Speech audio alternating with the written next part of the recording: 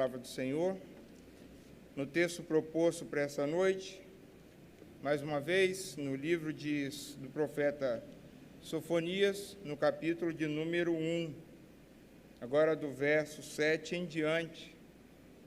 Sofonias, capítulo 1, do verso 7 em diante.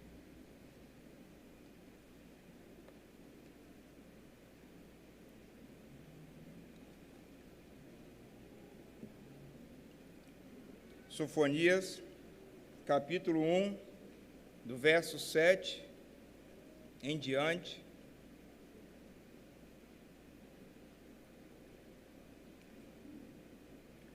Todos abriram suas Bíblias. Acompanhe comigo a leitura que estarei fazendo do texto sagrado.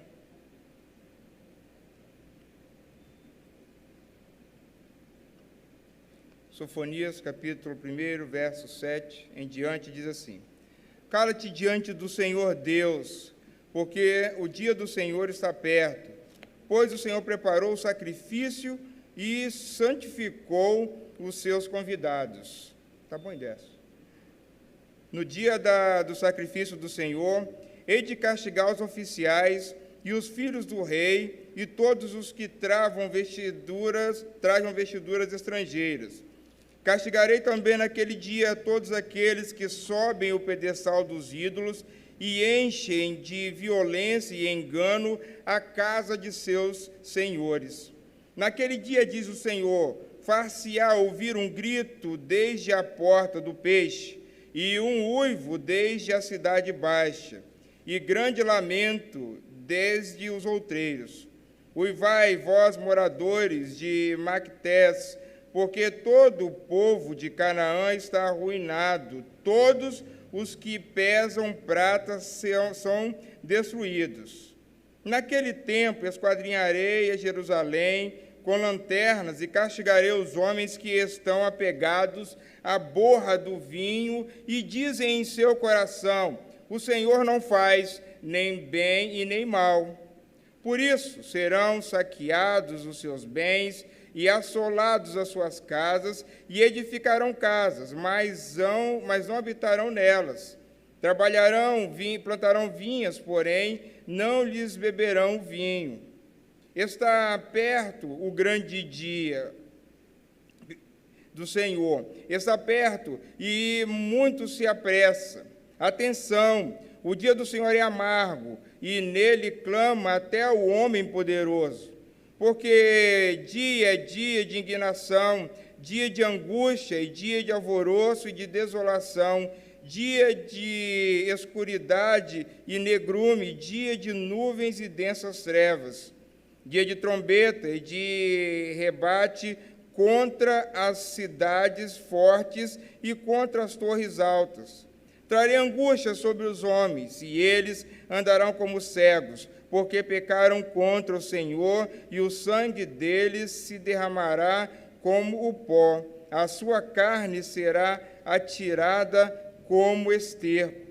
Nem a sua prata, nem o seu ouro os poderão livrar no dia da indignação do Senhor, mas pelo fogo do seu zelo a terra será consumida, porque certamente fará destruição total e repentina de todos os moradores da terra.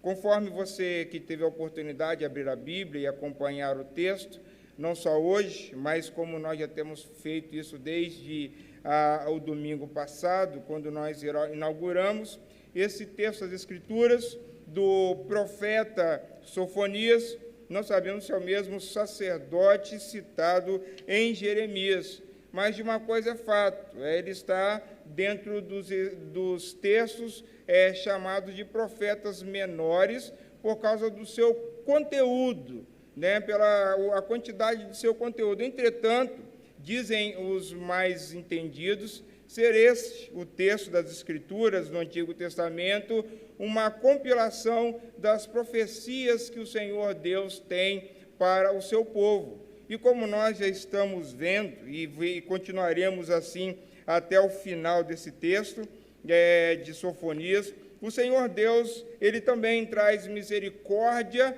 e justiça ao mundo que Ele mesmo criou. A administração de Deus está em trazer, como nós vimos já, e vamos continuar a ver, calamidade, mas também misericórdia e esperança. A intenção primeira da parte que nós já lemos é de que o Senhor Deus tem uma total soberania na sua criação. Por isso, Ele a forma e Ele a deforma como lhe apraz. E o texto de Sofonias, que era para um povo rebelde, pecador, de mente dividida, de uma espiritualidade duvidosa, era para que, naquele tempo e também no nosso, houvesse arrependimento, mudança de atitude, para que coisa semelhante não viesse a acontecer com aqueles homens, como aconteceu com eles, não venha a acontecer conosco também. E agora, nós estamos diante de mais um passo desse texto que vai, com certeza, culminar mais à frente, nos trazendo a ideia de o remanescente, que a gente já sabe pelas Escrituras, que é o próprio Cristo, trazendo esperança a um meio calamitoso. Agora, não é mais a soberania de Deus, mas o zelo de Deus estará mudando, alterando, corrigindo todas as coisas, fazendo com que o pecador seja, com seu pecado, eliminado. E não só isso, para que eu e você saibamos que o Senhor Deus tem toda a administração administração da sua criação, conforme lhe apraz. Por isso, nós vamos pensar hoje sobre esse zelo de Deus, pensando logo sobre a sua vontade. Então, o zelo de Deus tem a ver com a realização da sua vontade. E logo no primeiro versículo do texto que nós lemos, está escrito: olha, cala-te diante de Deus. Na verdade, olhando e pesquisando as várias traduções existentes, a que mais se aproxima do que o texto quer dizer é a Nova Versão Transformadora. Eles fizeram uma tradução, já aplicando a teologia do texto à tradução, e ficou assim: fiquem em silêncio na presença do Senhor soberano, pois se aproxima o dia do Senhor. O Senhor preparou o seu povo para grande matança e escolheu os seus carrascos. Por que é isso que está mais próximo do sentido do texto? Porque a ameaça que faz Sofonias é de que em breve viria a Babilônia, iria então pegar o povo de Jerusalém, o restante de Jerusalém, Judá, e levar os cativos. Todo mundo já sabe que o cativeiro babilônico, que durou 70 anos, foi um momento difícil e duro. Mas assim como fala Jeremias, assim como fala Sofonias, foi porque o povo estava em litígio com o Senhor. Havia práticas repugnantes diante de Deus, que Deus então resolveu ajuizar dessa forma. É por isso que o silêncio é para que se emudeça qualquer outra coisa mais importante do que a palavra de Deus. O homem não tem nada que possa informar a Deus ou chegar-se diante de Deus sem culpa. Agora, primeiro, no verso 1, o Sofonias fala assim: olha, é a palavra do Senhor. Agora, no verso 7, cala-te diante do Senhor, porque Deus já tinha transitado e julgado o que ele iria fazer. Não adiantava mais nenhum argumento. E ele começa a dizer: olha, eu fiz isso. Eu não só preparei o meu povo para a matança, mas também aquele que ia realizar isso. E a gente vê este silêncio contrastando com a soberania de Deus, que fala por meio dos seus profetas, porque o pecado do povo tinha separado Deus deles. E qual era o pecado? A gente já está vendo isso já pela própria leitura simples do texto. No verso 5, no verso 6, tem isso, no verso 9, e todos esses eventos pecaminosos trouxe da parte de Deus essa justiça, e é uma justiça severa. O castigo, então, será o povo que sempre foi protegido de Deus, guardado pelo Senhor, agora ser burilado, ser mexido, ser tocado, ser destruído por mãos iníquas. Nós já vimos anteriormente o mesmo questionamento que houve em Abraão, quando, intercedendo pelo seu sobrinho, ele fala: Senhor, o Senhor matará um justo com um injusto? E agora nós vemos Deus ajuizando toda a terra, todo o evento daquela cidade, tudo que até então estava em pé, ainda que com o pecado, iria ser destruído. E a gente já disse isso, que haverá então, também nos nossos dias, algo semelhante quando Jesus Cristo vier buscar a sua igreja e transformar tudo que nós olhamos nessa terra, tudo que nós temos como belo e bonito, terá então uma santidade de Deus na sua ação transformadora, pois nada do que existe, por mais belo que seja, passou pela mente humana o que Deus tem reservado para os seus. Agora nós estamos diante de um texto de Sofonias que traz algumas características importantes que também está nos profetas menores. Se você já deu uma lidinha, no Sofonias e em outros, você vai ver, e eu vou falar pensando daqui para os outros, não se fala de criança, não se fala de famílias, não que eles não existissem, não que eles não fossem importantes, não é isso, porque a questão do texto olha, eu vou julgar os príncipes, mas vou também julgar os reis, os representantes da nação, que deveriam levar a nação, assim como vai fazer Josias, que é depois de Sofonias, aquela reforma, o povo adorar a Deus. Agora, o que tinha aqui nesse texto? Os reis eram homens corruptos, os seus filhos seguiam seus passos, logo o seu povo fazia a mesma coisa. Então, a instituição espiritual de Deus estava perdida desde cima. Por isso que Sofonias tem esta genealogia de realeza registrada, porque essa mensagem chegou aos mais altos escalões do poder daquele tempo e desceu até o povo. Veja bem que a cadência que o texto toma, ela é significativa. Começa nos reis, nos príncipes, depois nas pessoas que tinham comércio, as pessoas que ganhavam dinheiro, e aos ricos. E nada dessas coisas, nem do rico até o rei, seria então isentado, porque as suas práticas estavam todas elas maculadas, desde cima até embaixo, desde a rua até em casa. Por isso que o culto a Deus, a experiência de culto ao Senhor, não é somente naquilo que as pessoas veem, mas é naquilo que nós somos, porque o que nós somos transforma aquilo que nós temos. A nossa residência, a nossa casa, o nosso trabalho passa a não ser nosso, mas do Senhor, quando Deus, pelo teu Espírito, habita em nós e transforma a nossa realidade. Agora, esses homens infiéis, não só eles eram infiéis, mas faziam com que as suas famílias fossem também infiéis.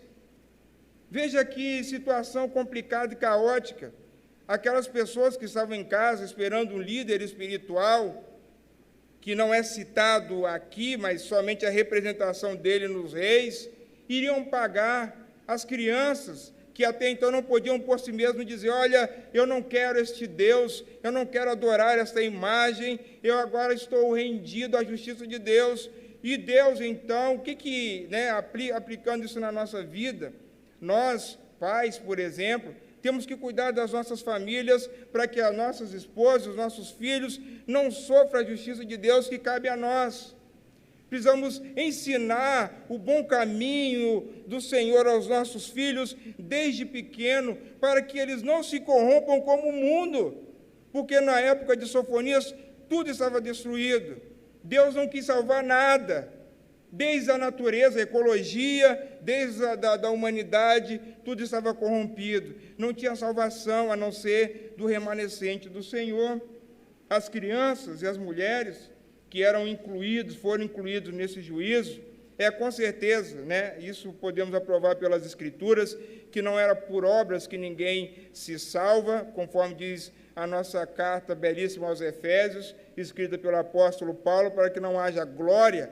Então, dentro desse mesmo povo, que era um povo em iniquidade, havia também aqueles que foram preservados. Mas outra coisa que incomoda nesse texto, que o texto fala de destruição, mas não fala de perdição. Não fala de perdição para a condenação eterna. O povo seleto de Deus, ele precisa corrigir os seus maus caminhos, para que, enquanto vivendo uma vida neste mundo pecaminoso, possa viver uma vida gloriosa, uma vida de bênção de Deus, as bênçãos que Ele determinou desde a lei. Olha, eu quero que vocês me sirvam assim, assim, assim, e que me adorem assim, assim. Para quê? Para que as bênçãos de Deus caiam sobre o povo de Israel. Quando o povo não faz isso, Deus mesmo, por Ele mesmo, pela sua glória, pelo seu zelo, pelo seu nome, pela sua santidade, Ele remove, Ele envergonha os deuses pagãos. Ele fez isso no Egito, fez isso com Dagon, fez isso com esses deuses falsos que Judá estava prevaricando junto com Jerusalém. Por isso, a nossa vida espiritual, a vida do povo de Deus, ela precisa ser uma vida invejável, não uma vida detestável. Nós precisamos levar a cabo o que Deus está fazendo no mundo, na nossa realidade, e haver uma análise do nosso coração. Senhor, o que está acontecendo? Será que sou eu? Será que é o outro? Geralmente precisamos fazer primeiro o checklist em nós. Senhor Deus, o que eu estou oferecendo? Porque é muito fácil, às vezes, nós caímos no mesmo erro dos crentes em Deus que Isaías fala. No seu capítulo 1, as pessoas honravam a Deus com a boca, mas o coração estava longe. Malaquias, no capítulo 1, quando fala dos sacerdotes, os sacerdotes ofereciam sacrifícios coxos, mancos, dilacerados. E ele falava: Deus, está bom, não é isso que você quer? Toma isso. Mas Sofonias fala: olha, isso daí é uma mente, é um coração corrompido. Deus não se gosta disso. Deus não se afeiçoa por isso. Então, o que Deus faz diante de comportamentos e situações conflitantes com a sua santidade? Ele destrona, ele destrói, ele mexe. Naquele tempo de Sofonias, nós não temos a graça que nós temos hoje, do arrependimento instantâneo, do arrependimento e o perdão instantâneos.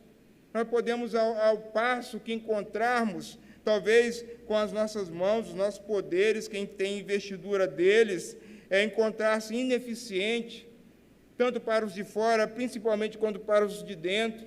Fala: Senhor, olha, eu quero me converter dos meus maus caminhos, eu quero mudar, eu não quero que o meu próximo sofra as consequências do meu pecado. E ninguém mais vai fazer isso, conforme a Bíblia diz. Isaías capítulo 5 diz que ninguém vai ser punido pelo pecado de outros, senão pelos seus próprios pecados. Lá fala de embotamento dos dentes, e tem a ver com essa mesma aplicação. A voz vencedora é a mesma de Apocalipse capítulo 19, no verso de número 1 em diante, que assim está revelado. Apocalipse, que é a revelação de Jesus Cristo a João, quando, da mesma feita, nós aguardamos, tão gloriosa a manifestação de Deus. Depois dessas coisas, que ele estava falando sobre a ruína da grande Babilônia, que é o reino de Satanás, depois dessas coisas, vi no céu como uma grande voz de numerosa multidão dizendo: aleluia, a salvação e a glória e o poder são do nosso Deus, de ninguém mais. Porquanto verdadeiros e justos são os seus juízos, pois julgou a grande meretriz que corrompia a terra com a sua prostituição, e das mãos delas vingou o sangue dos seus servos. Segunda vez disseram: aleluia, a sua fumaça sobe pelos séculos dos séculos. Há muito tempo Deus já tinha preparado esse tempo, ou seja, não é de repentina ação. Já havia preparado os 24 anciãos e os 4 seres viventes, prostraram-se e adoraram a Deus, que se acham assentado no trono, dizendo: amém e aleluia. Saiu uma voz do trono que exclamava: dai louvores ao nosso Deus, todos os seus servos, os que temeis, os pequenos e os grandes. Então ouvi uma voz, como de numerosa multidão, como de muitas águas, e como de forte trovão, dizendo: Aleluia! Pois reina o Senhor, nosso Deus Todo-Poderoso. Alegremo-nos, exultemos, demos glórias a Deus, porque são chegados as bodas do Cordeiro, cuja esposa a si mesmo já se ataviou. Pois foi dado vestígio de linho finíssimo, resplandecente e puro, porque o linho finíssimo são os atos de justiça dos santos.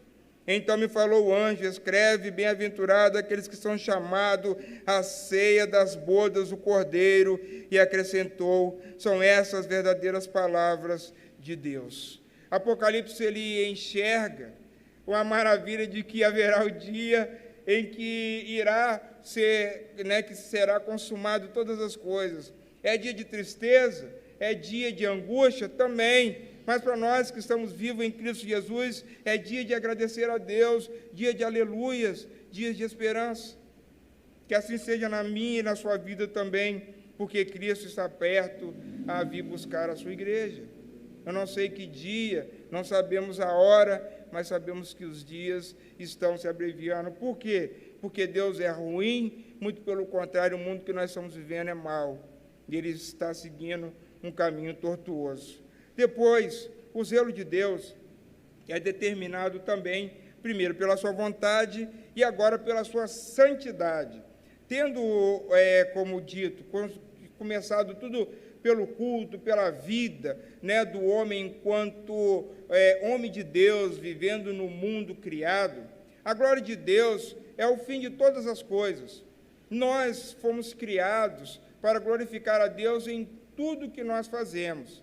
E às vezes nós olhamos a Bíblia e não pensamos a partir dela. A Bíblia fala assim: olha, quer comais, quer bebais, ou façais qualquer outra coisa, fazei tudo para a glória de Deus. 1 Coríntios 10, verso de número 31.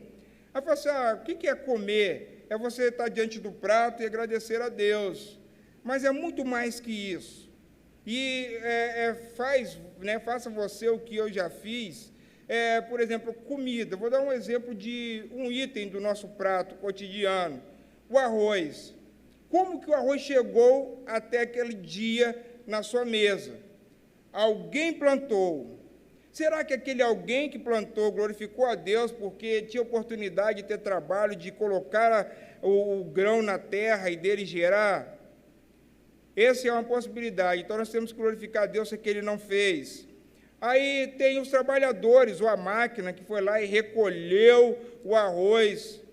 Teve o rapaz que guardou no silo, teve outro que descascou, teve outro que secou, teve outro que vendeu, teve outro que processou, teve outro que colocou na prateleira, e eu cheguei com o meu dinheiro, que também é glorificado a Deus, pago os meus impostos, se é que eu pago, eu devolvo a Deus a parte dele, e agora eu estou diante de um prato com arroz, depois o feijão e depois as outras coisas.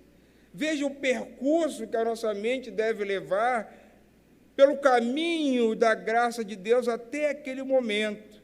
Por isso que o que nós temos não é nosso e o que somos é de Deus. É por isso que o texto, quando se enxerga essas pessoas, do verso 9, olha, castigarei naquele dia os que sobem no pedestal dos ídolos, que enchem de violência a casa dos seus senhores. Não só eles pecavam diante de Deus, mas como fazia aquilo que era comum aos seus líderes, violência. Aqui também se encaixa a possibilidade de eles oferecerem os seus filhos como sacrifícios pagãos. Imaginemos nós, alguém em nome de um Deus, que não é um falso Deus, sacrifique o seu filho. Hoje nós vimos à tarde a sabedoria de Salomão, a aula das crianças, em que quando Salomão pediu a Deus sabedoria, e um dos testes de Salomão foi quando duas mães que moravam juntas, uma à noite deitou em cima do filho da outra e matou o filho, e ela trocou, e foi aquela disputa: não, o filho é meu, e levaram para o rei. Deus deu uma sabedoria a Salomão, e falou assim: agora já sei, vamos dividir, metade para cada um, como se isso fosse possível.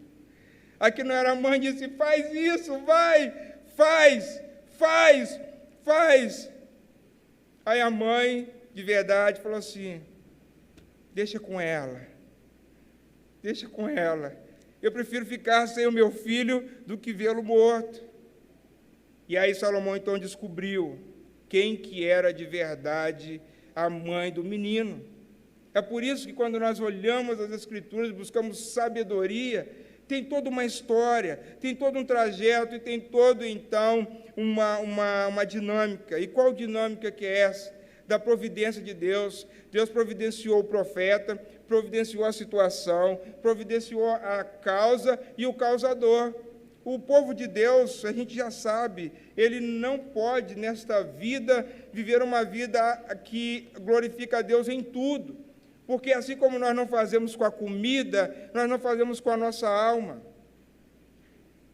Muitas vezes nós esquecemos da bondade de Deus, achamos assim como esses homens: Deus não faz nem bem nem mal. Onde já se viu isso?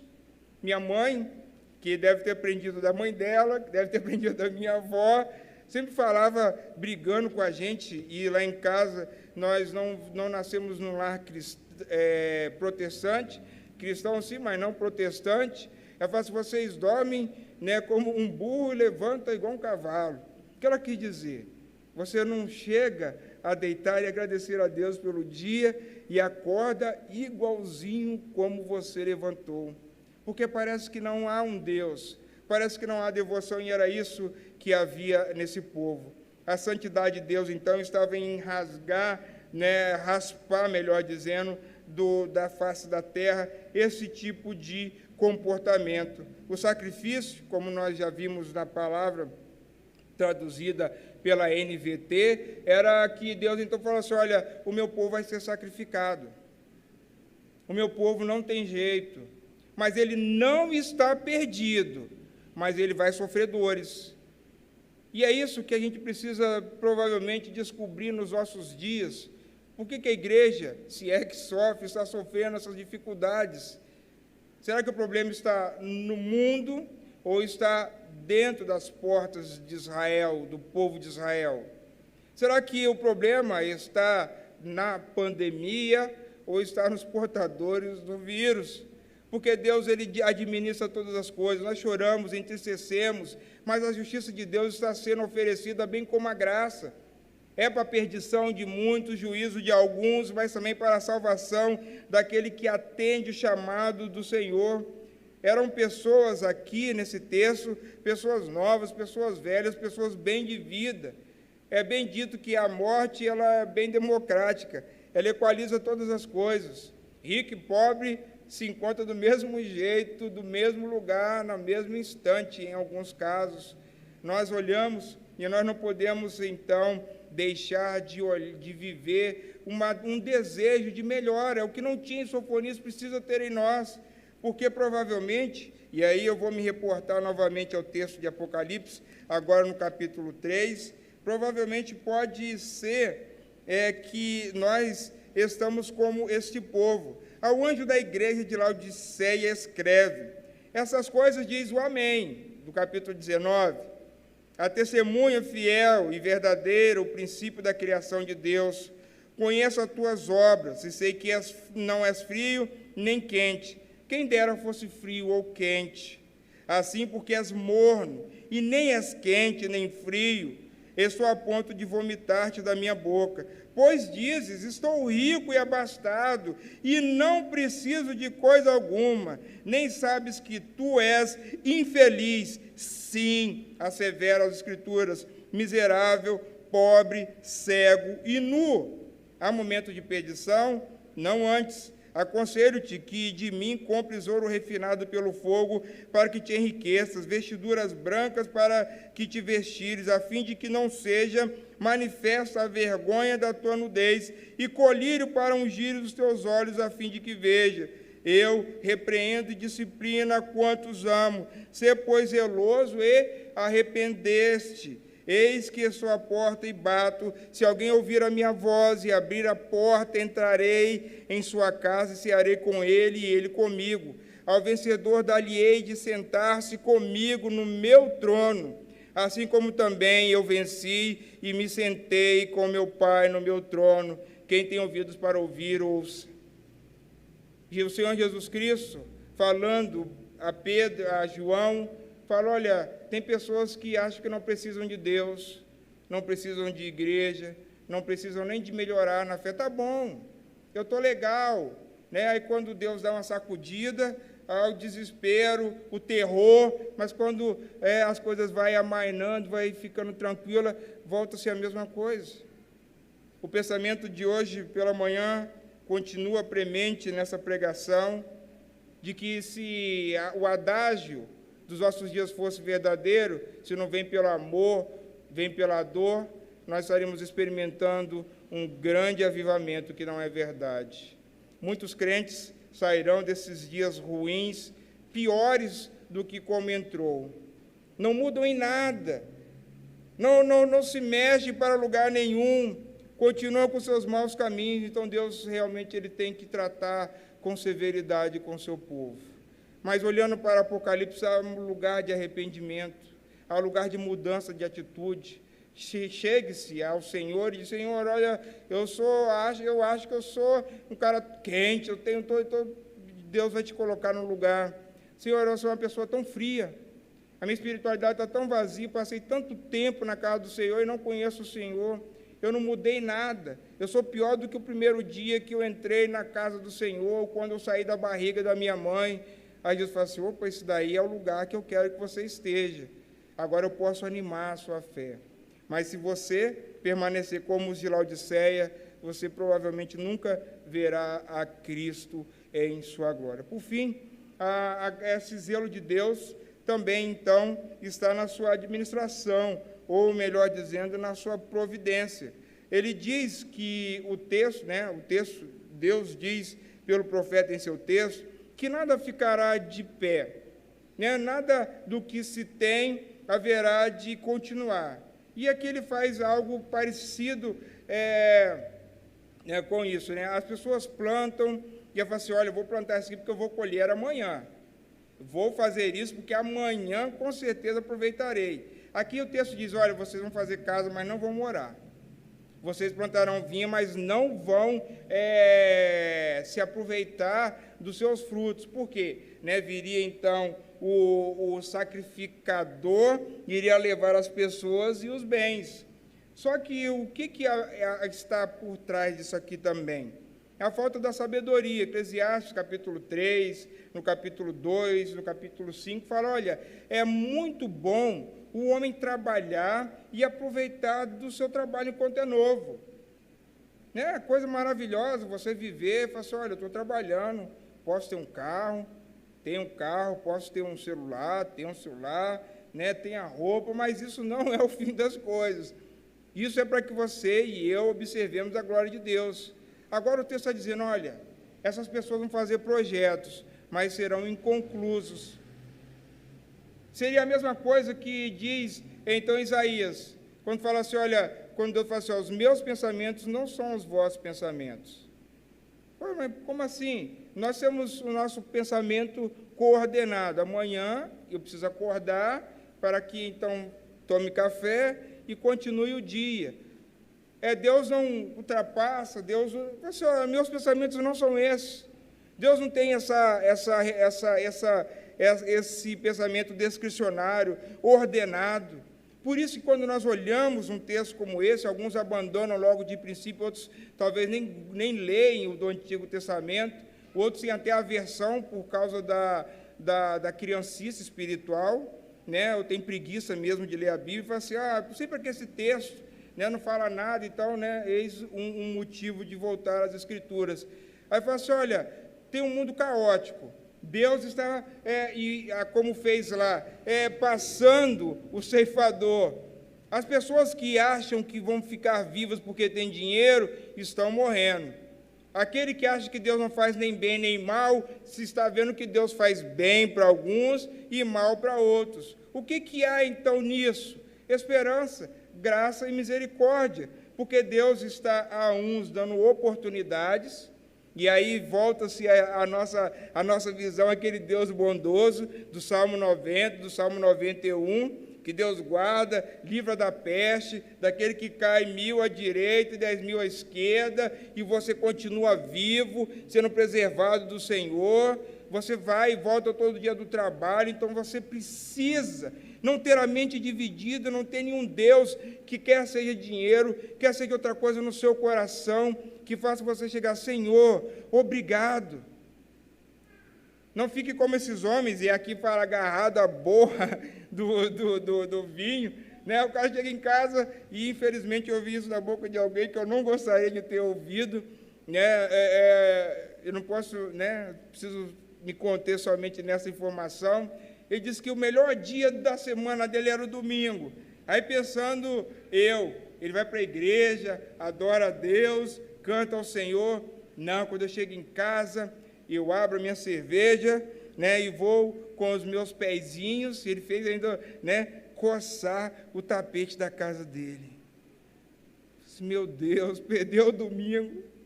O melhor dia do Senhor, a melhor hora do dia do Senhor, quando estamos, né, em culto, na presença do Senhor. O vinho, diz o Provérbios, ele é sedutor, ele engana. E aqui, talvez, sirva o ditado, né, beber para esquecer os problemas. Mas as pessoas auto se enganavam. Nós podemos, então, chegando a um lugar comum para a gente poder orar, que a gente precisa, então, aprender com este texto, Deus está vendo tudo. E aqui, em Sofonias, ele mostra, olha, eu vou com a lanterna.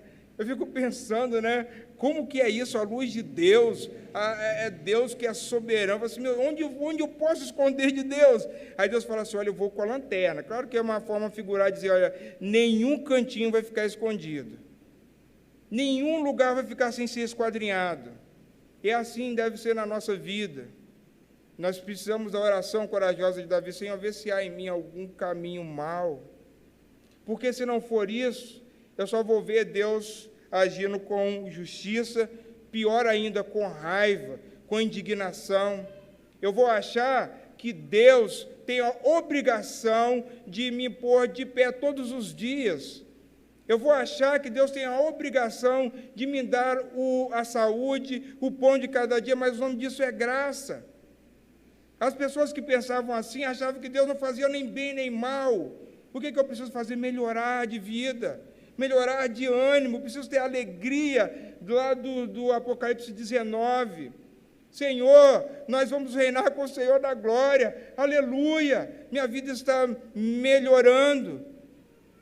Ou ela está piorando, dos dois, porque o mediano é medíocre, espiritualmente falando, não presta.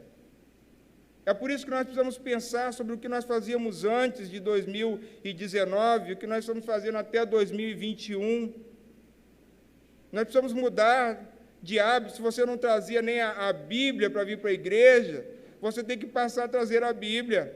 Se você não orava a Deus, você precisa orar mais. E aí talvez você pergunte, Senhor, por que eu estou chorando? Dá uma olhadinha, conversa com Deus no seu secreto. Será que a sua vida é isso mesmo? Será que você está no lugar que é o melhor lugar para o crente? Qual que é o melhor lugar para o crente? É no centro da vontade de Deus. O profeta, ele viu toda a calamidade, mas ele não se desesperava. Assim como Jeremias chorava, entristecia, mas não desespero. Quando nós somos consultados pelo Senhor no nosso coração, pelo Teu Santo Espírito, Ele esquadrinha cada parte da nossa vida. Por isso, eu e vocês precisamos olhar se estamos seguindo a pessoas ou a única pessoa importante na nossa vida, que é Jesus. Vê se por acaso nós não estamos dando mais importância ao que nós temos, e ao que somos, do que aquilo que Deus é e aquilo que Deus nos dá. Porque se não for assim, nós vamos chegar o dia de falar assim, agora eu tenho dinheiro, agora eu posso comprar minha saúde. A gente está vendo que nem dinheiro hoje em dia presta para que alguém fique vivo, nem dinheiro, senão a única e salvadora graça de Deus. Eu e vocês, meus irmãos, estamos diante de um texto que nos ajuda a chegar mais perto do Senhor, largar, abandonar a mediocridade, né, o mediano, e pedir ao Senhor, Deus, faz, né, esquadrinha meu coração. Eu não quero sofrer com o ímpio, é justo. Eu não quero ser sacudido com aqueles que vão se perder. E o que eu faço? O que eu faço? Se arrependa, Jesus fala em Apocalipse capítulo 3, se arrependa, eu dar-te-ei a coroa da vida. Nós precisamos do zelo de Deus para animar a nossa vida, para ser gratos a Deus. Que Deus tenha misericórdia da sua igreja e dos crentes que nela